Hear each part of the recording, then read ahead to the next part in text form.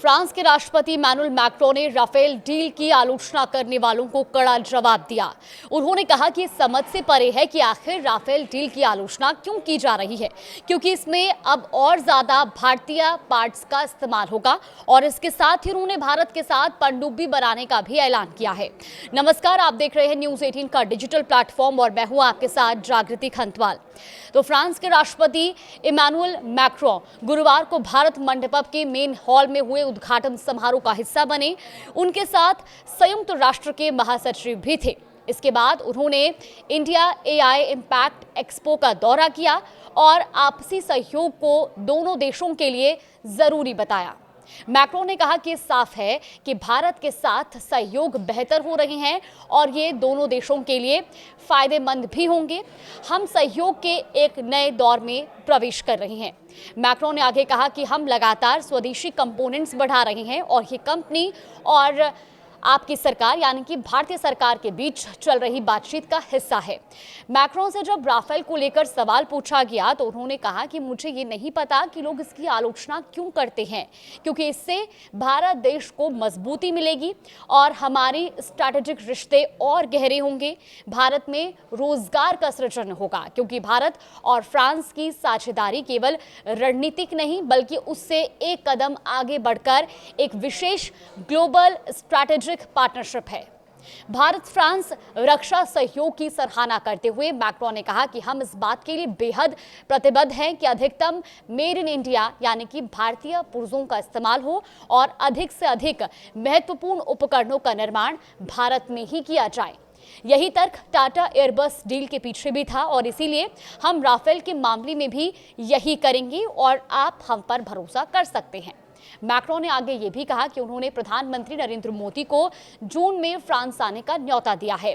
उनका कहना है कि पीएम मोदी ब्रिक्स अध्यक्ष के तौर पर G7 के विशिष्ट अतिथि होंगे।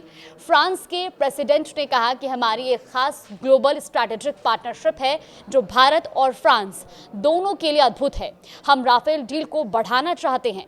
भारत ने कुछ दिन पहले 114 राफेल लड़ाकू विमान की खरीद को मंजूरी दी है और हम इसको प्रोड्यूस करने के लिए तैयार हैं। हम इसको को प्रोड्यूस करने के लिए तैयार हैं। तो भारत के साथ पनडुब्बी भी बनाएगा फ्रांस। जी हाँ, इमैनुअल मैक्रों ने कहा कि राफेल बिल्कुल ज़रूरी है और मुझे उम्मीद है कि हम पनडुब्बी पर भी ऐसा ही करेंगे। हाल ही में कर्नाटक के वेमगल में H-125 हेलीकॉप्टर की फाइनल असेंबली लाइन का प्रधानमंत्री नरेंद्र मोदी और राष्ट्रपति इमैनुअल मैक्रों ने वर्चुअल उद्घाटन किया था। ये परियोजना टाटा और एयरबस की साझेदारी में शुरू हुई, जो मेक इन इंडिया को बढ़ावा देने के साथ ही हजारों रोजगार पैदा करेगी। वहीं DAC ने 114 राफेल फाइटर जेट्स की खरीद की मंजूरी दी है। दरअसल रक्षा मंत्रालय ने इस महीने की शुरुआत में उस सौदे के लिए रास्ता साफ कर दिया, जिसे अब तक की सबसे बड़ी डिफेंस डील बताया जा रहा है।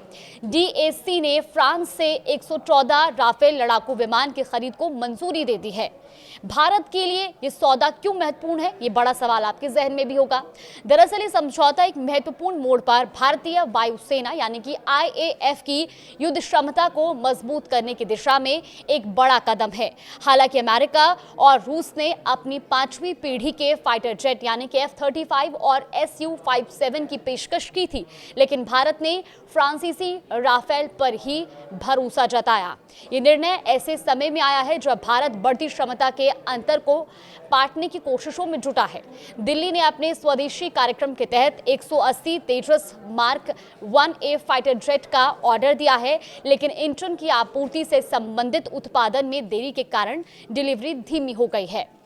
AMCA पर काम कर रहा है भारत। जी हाँ, दरअसल भारत इसके अलावा अपनी 5वीं पीढ़ी के fighter jet advance medium combat aircraft यानी कि AMCA पर भी काम कर रहा है, जिसके साल 2035 तक भारतीय वायुसेना के बेड़े में शामिल होने की संभावना है।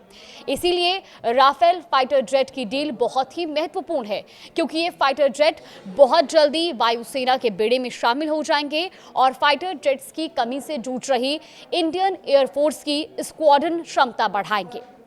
IAF को राफेल पर पूरा भरोसा है, क्योंकि ऑपरेशन सिंदूर में इसने तबाही मचाई थी। दरअसल भारतीय वायुसेना को राफेल फाइटर जेट पर पूरा भरोसा है, क्योंकि उसने इसका इस्तेमाल कर लिया है ऑपरेशन सिंदूर में आईएएफ ने पाकिस्तान के मुरीद के और बहावलपुर जिलों में आतंकी ठिकानों को राफेल से ही तबाह किया था। इसके लिए 250 किलोमीटर की रेंज वाली स्कैल्प क्रूज मिसाइलों का इस्तेमाल किया गया था।